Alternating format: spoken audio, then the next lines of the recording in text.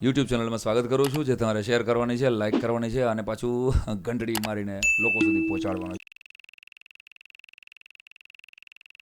વાંચન સાથે એક મનન શબ્દ બહુ બોલાય છે. તમે સાંભળ્યો છે? વાંચન કરો, મનન કરો. આદરણીય અધિકારીઓ બોલે છે, સાહેબે બોલ્યા હોય, સંતો બોલતા હોય, શિક્ષણવિદો બોલતા હોય, બધા કે વાંચન ને મનન કરો. પણ આ મનન એટલે શું? આપણે વાંચીએ તો હાથમાં ચોપડી લઈને વાંચી રહ્યા, પણ મનન એટલે શું? આની કદાચ બહુ ઓછા ને ખબર છે. આમાંથી કોઈ જાણે છે મનન એટલે શું? ખબર જ નથી. આનો મુદ્દો કે મનન એટલે કે જે તમે વાંચી લીધું છે એને વાગોળો. સાવ સાદી ભાષામાં કહું તો સાવ સરળ રીતે વાગોળો. વાગોળવાનો સમય હાથમાં ચોપડી લઈને વાગોળવાનું નથી. જ્યારે તમારા ફ્રી અવર્સ છે, 40 દિવસ છે હજી તમારી પાસે, એ 40 દિવસના તમારી પાસે ફ્રી અવર્સ મળે છે. એટલે કે તમને હું મારો દાખલો આપું. આ વાત ખાલી 10મા ધોરણ ને 12મા ધોરણ પૂરતી નથી. મેં મારી કારકિર્દીના 21 વર્ષથી હું કાર્યક્રમો આપું છું સાહેબ. લોક સાહિત્યની અને ચારણી સાહિત્યની અમુક કવિતાઓ એવી હતી કે જે 100 વર્ષ પહેલાની હતી. એક સભાકરું ગીત છે, તો એ અશ્વનું યુદ્ધનું વર્ણન હતું. પાગા નાખ તારા કાબ કવિ ધાગા ધાગા ભરી પાગા યાગા જાવે નહીં ભાગા મૃગા નહીં આજી અને તોપકા ગાડાગા ભરી પાગા હાથ જાય ત્યાં તો રીજા રાગા રવે નાજ હરાય અબે રાજી અને રૂમા જુમા ઠમા ઠમા તરી ખેલા જેમ રમે તડપે કે ટાકે માટે જાય છૂટા તીરી અને ચાસરા ઉરહી ચોડા કાન સુરી જરા હોય સમપે એરા સગોડા વાલે રસ ધીરી અને દેખો પલ્લે લાંબી શેરી ફૂલ વેરી નાખે ડાબા હેરી હેરી જોવે તરિયા કાંદ ફેરી આરી અને અનેરી અનેરી વાહ ઘોડા ગતિ તેરી આજ સોનેરી સમાપે તેરી બિયા બેરી સા. આમાં કોઈને કાંઈ સમજાણું? મને નથી સમજાણું. તો આ પાકી કેવી રીતે કરી હશે મેં એ વિચાર્યું. તમે અત્યારે માઇક્રો સેકન્ડમાં તમે કીધું અને મેં તરત જ તમે રાત્રે 2 વાગે મને પૂછો કે ઓલું સાહેબ ઘોડાનું સફા કરું કયો તો, એટલે રાત્રે 2 વાગે તમે વાત કરતા હો સાહેબ અને પાગા નાખતા રકાબ કવિ ધાગા ધાગા, અહીંયા ઉપર જ આવું. સબકોન્શિયસ માઇન્ડને કમાન્ડ દેવામાં આવ્યો. મેં મારી જાત ઉપર કરેલો પ્રયોગ આજે પહેલી વાર બાયસેગના સ્ટુડિયોથી મીડિયા સામે મૂકું છું, કારણ કે તમને આ કામ લાગશે કે જેનો એક પણ શબ્દ ઓળખીતો નહોતો. આ ડીંગળ પિંગળનું લખેલું ગીત છે, વર્ષો પહેલાનું ગીત છે. પાગા નાખતા રકાબ કવિ ધાગા ધાગા ભરી પાગા આગા જ આવે. આ એક પણ શબ્દ બોલચાલનો નથી. બોલચાલમાં ક્યાંય આવે છે? ક્યાંય હેબલું તમે? આ ખાલી ઘોડાની કવિતા છે, એટલે ઘોડાની ચાલ જેવું એમાં વર્ણન છે, એક રિધમ છે ખાલી. એ રિધમને મેં સાંભળી. દિવસમાં 24 કલાકમાં 9 વખત તમારી સામે કોઈ વસ્તુ રિવાઇન્ડ કરવામાં આવે તો એ સીધી સબકોન્શિયસ માઇન્ડમાં જાય છે. અને મેં આ કેવી રીતે પાકું કર્યું? આની ટિપ્સ કદાચ તમને આ 40 દિવસમાં ગેમ ચેન્જર સાબિત થાય, જેના માટે હું અહીં આવ્યો છું.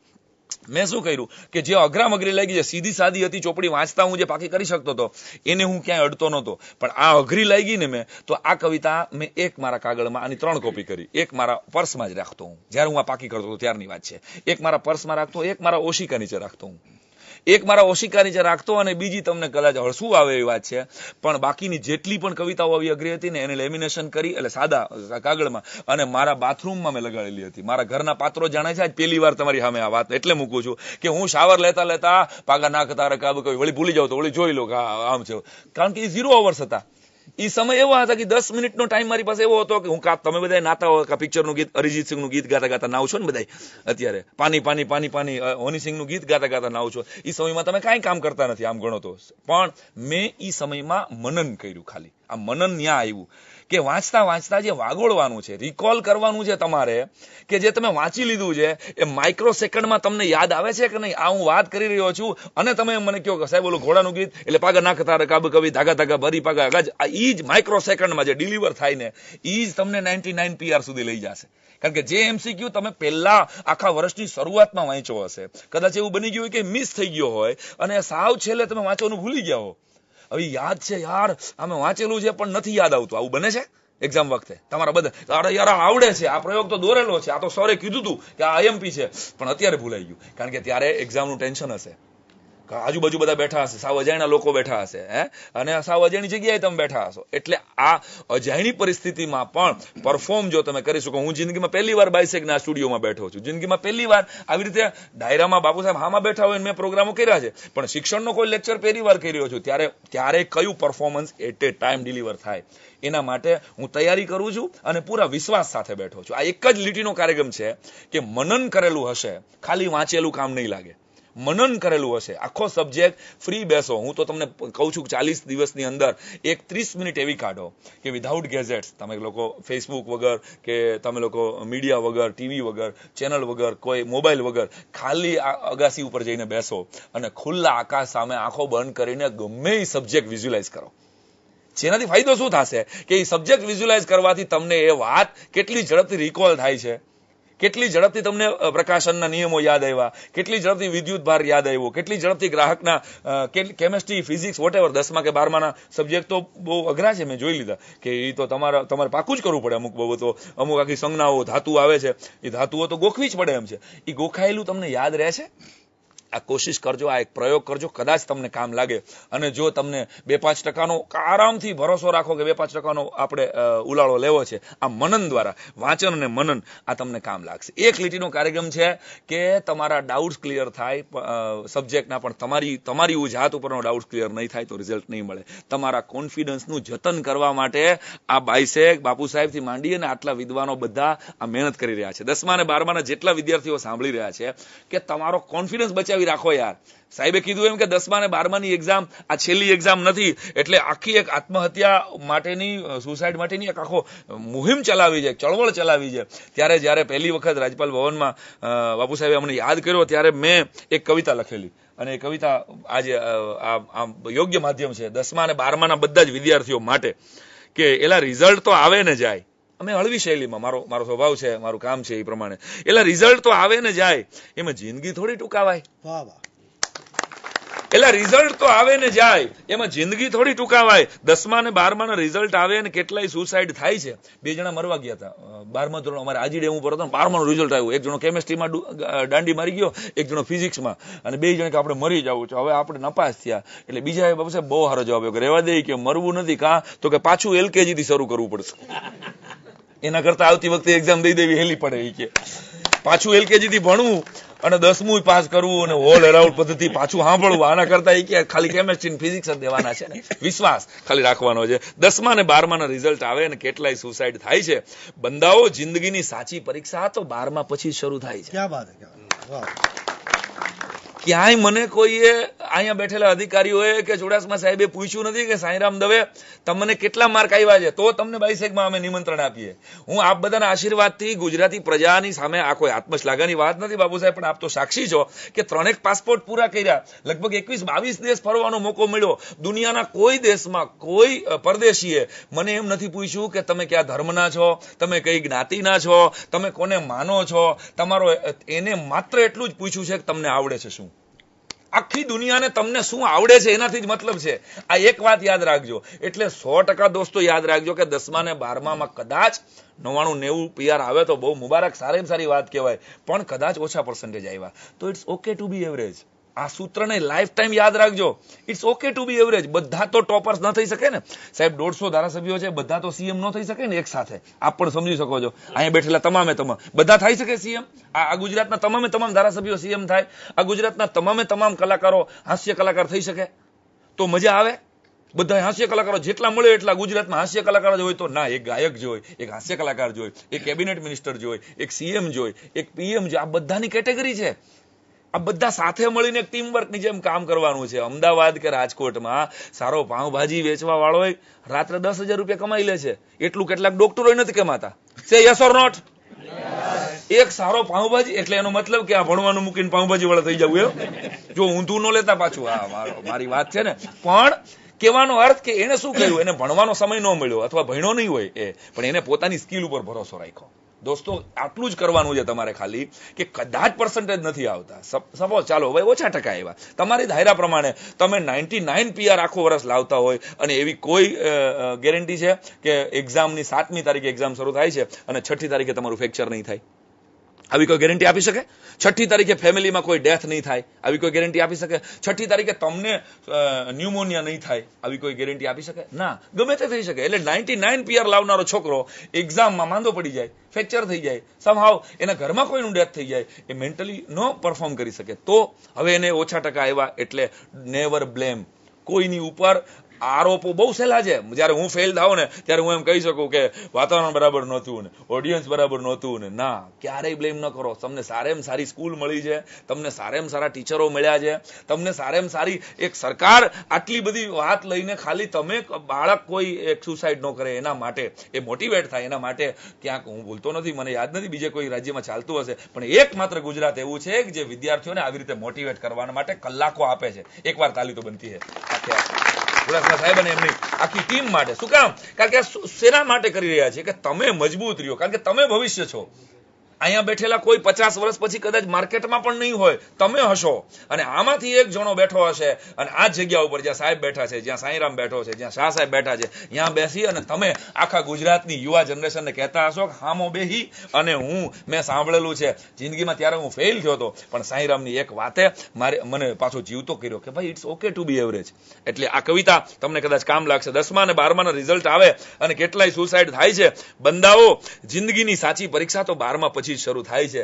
ટક્કાથી તૂટી જવાય એટલે પરીક્ષા તો આવે ને જાય. અને હવે 99% જો આવતા હોય તો બહુ સારી વાત છે, પણ આ કવિતા મારી સ્પેશિયલી જે લોકો ફેલ થયા છે અથવા તો એને પૂરો ભરોસો છે કે આપણે ફેલ જ થવાના છે, આવા ભરોસા હોય છે ઘણા કે આપણે ગમે એટલું હેલું પેપર પૂજાય ને તો એ આપણે ફેલ જ થવાના છે. આવો ભરોસો જેને પૂરેપૂરો છે એ બધા માટે કે 99% વાળા જો એક દી મેનેજરનું પદ પામશે. તમે ખાલી ચોપડાના કીડા થશો, ખાલી તમારું મેમરી સેક્શન જ મજબૂત કરશો, તમારી અંદર ટેલેન્ટ ડેવલપ નહીં કરો, એ વિષયને આત્મસાત નહીં કરો, તો ક્યાંય માર્કશીટ લઈને આગળ નહીં જવું પડે. એક જ જગ્યાએ ખાલી એડમિશન માટે માર્કશીટ કામ લાગશે.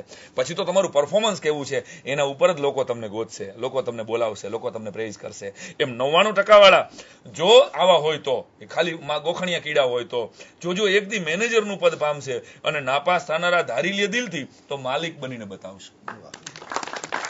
એ ધારે તો માલિક બની શકે, આ બેયમાં ધારે તો બહુ મોટો છે. અને ગ્રેડ ને ચાવી જશે ગાય.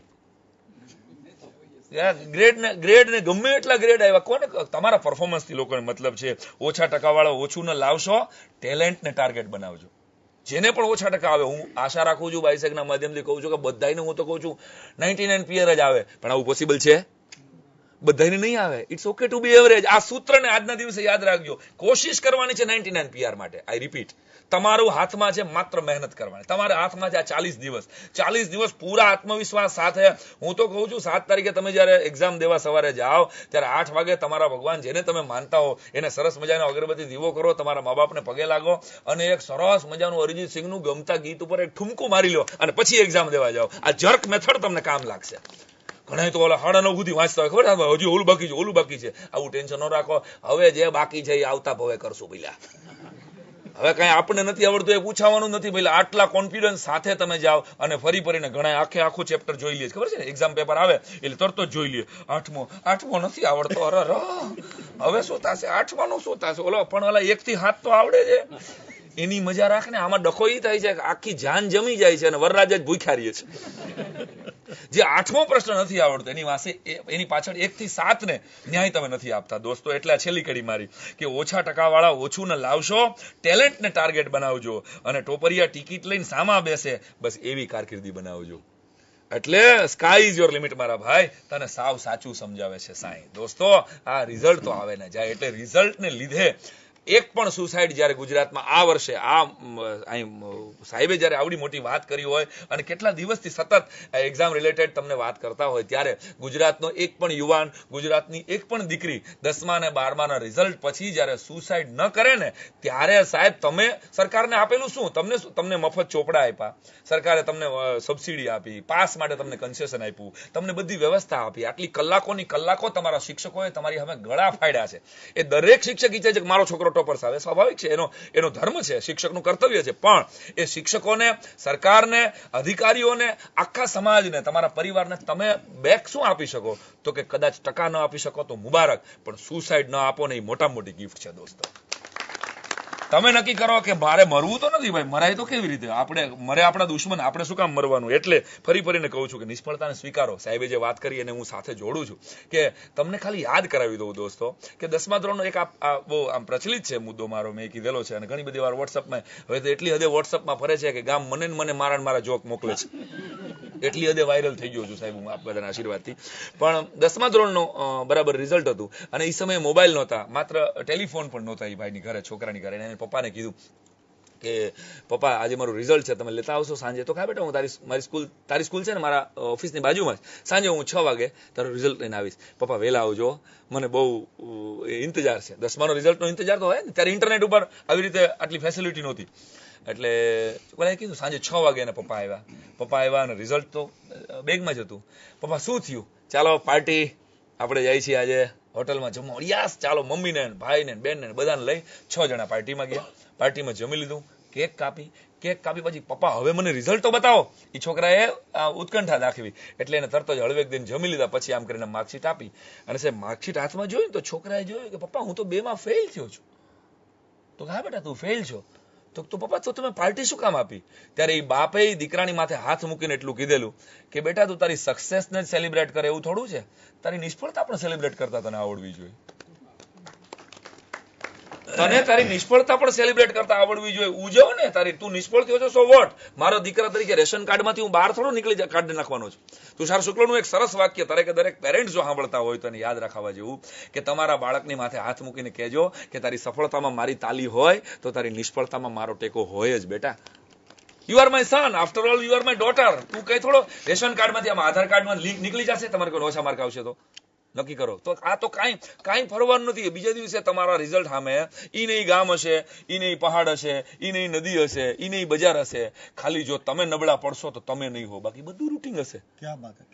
બધું રૂટિંગ હશે દોસ્તો, કશું બદલવાનું નથી, ક્યાંય કોઈને બીજું કામ લાગવાનું નથી. તો ઈ છોકરાઓ રડતા રડતા એના બાપને ત્યારે સાહેબ એમ કીધેલું કે પપ્પા મારા જીવનનું પહેલું અને છેલ્લું ફેલિયર છે.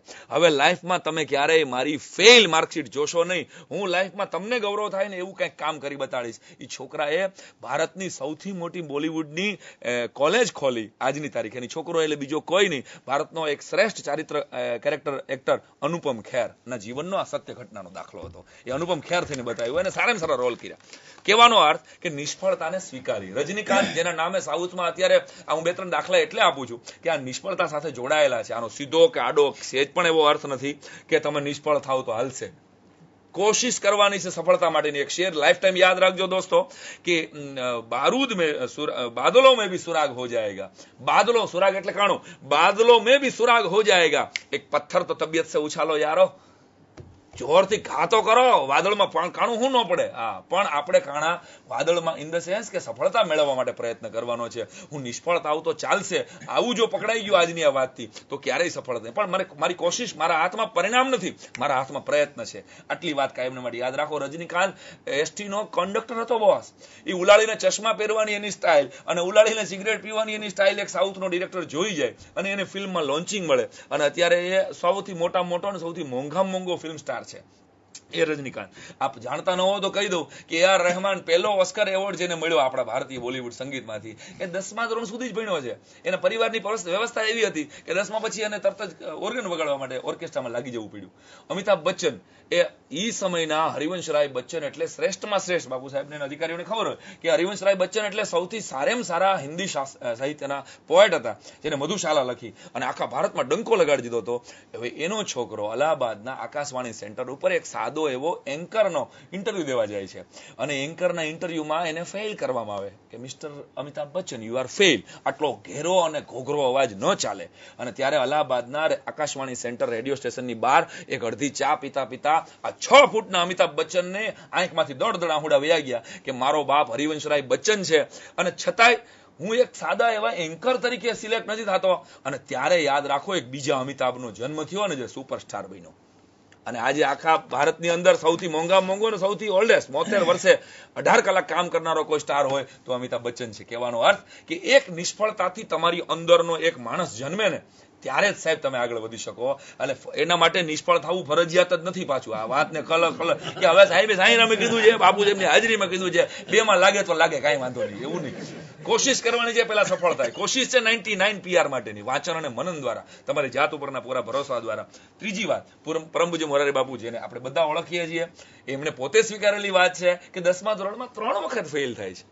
બાપુ 10મા ધોરણમાં 3 વાર ફેલ થાય છે અને ત્યારે એક અંદરથી મોરારી બાપુ નવા જન્મે છે. આ વાત ભાવાત્મક જગતની છે. અને અત્યારે જે 3 વખત 10મા ધોરણમાં ફેલ થનાર વ્યક્તિ હોય એની અત્યારે 142 દેશમાં રોજ સવારે ચેનલોમાં રામકથા હોય છે. દોસ્તો, ક્યાં તમે અત્યારે છો એનાથી કોઈને લેવા દેવા નથી. તમારે આવતીકાલે ક્યાં જવું છે એની ઉપર આખી દુનિયા રાહ જોઈને ઊભી છે. દરેક 100 માળની કે 200 માળની ઇમારત હોય ને એ એક વખત તો બ્લુપ્રિન્ટ જ હોય કે નહીં? સે યસ ઓર નો? એક વખત તો સિકંદર હોય કે સાંઈરામ હોય કે અહીં બેઠેલા કોઈ પણ ઘોડિયામાં સૂતા હોય કે નહીં? તો આપણા માટે તો સૌથી મોટી વાત કઈ થઈ કે વડનગરની પ્રાથમિક શાળામાંથી નીકળી અને એક સામાન્ય ચાય વેચનાર વ્યક્તિ જો ભારતના શિરમોર પદે બેહીને વડાપ્રધાન તરીકે આખી દુનિયા અને ભારતમાં ડંકો લગાડી શકે તો આથી મોટો બીજો કોઈ મોટિવેશનલ આપણા માટે આદર્શ જ નથી સાહેબ કે એક વ્યક્તિ સામાન્ય ઘરમાંથી નીકળે અને ટોપ ભારતને લોકતંત્રની આ અદ્ભુત વાત છે કે અહીંયા સુધી પહોંચી શકે તો આપણે શું કામ ન કરી શકીએ જો એ પહોંચી શકે તો આપણે શું કામ ન પહોંચી શકીએ એટલે કદાચ ફેલિયર આવે છે તો એ ફેલિયરને વાલપૂર્વક પૂરી સમજદારીપૂર્વક પૂરી ગંભીરતાપૂર્વક સ્વીકારો